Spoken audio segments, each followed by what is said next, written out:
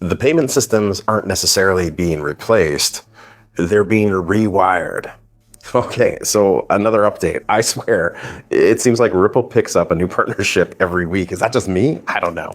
Anyhow, for this week's episode, a global payment company called Convera just partnered with Ripple to enable stablecoin-based cross-border payments. And this just deepens the infrastructure shift because the companies using this, well, they won't hold crypto, they won't see crypto, they won't even think about crypto. Because here's what's actually happening. Money will move like this. It'll go fiat to stablecoin to fiat. And that middle layer handles the settlement faster, cheaper, and with fewer intermediaries. We can call it a stablecoin sandwich if you want. But don't be mistaken, and don't forget, the technology isn't what actually moves the money. It's the liquidity that moves the money. The tech just routes it. So behind every transaction, there are really three liquidity players.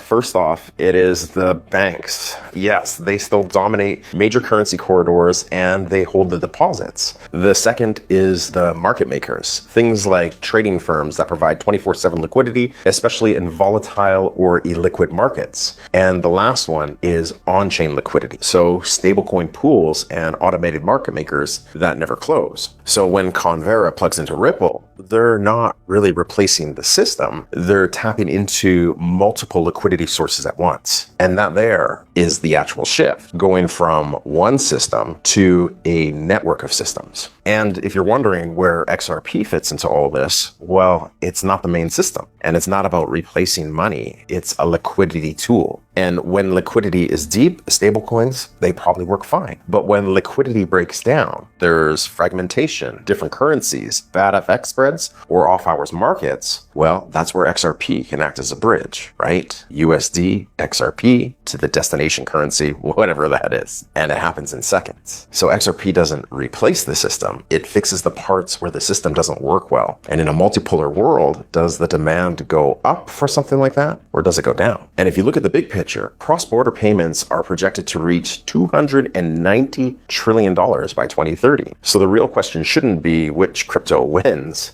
but more so who controls the flow of liquidity across all of these systems. Because this is not about replacing banks. It's about rewiring how money moves underneath them. So let me know your thoughts in the comments. Follow if you want more.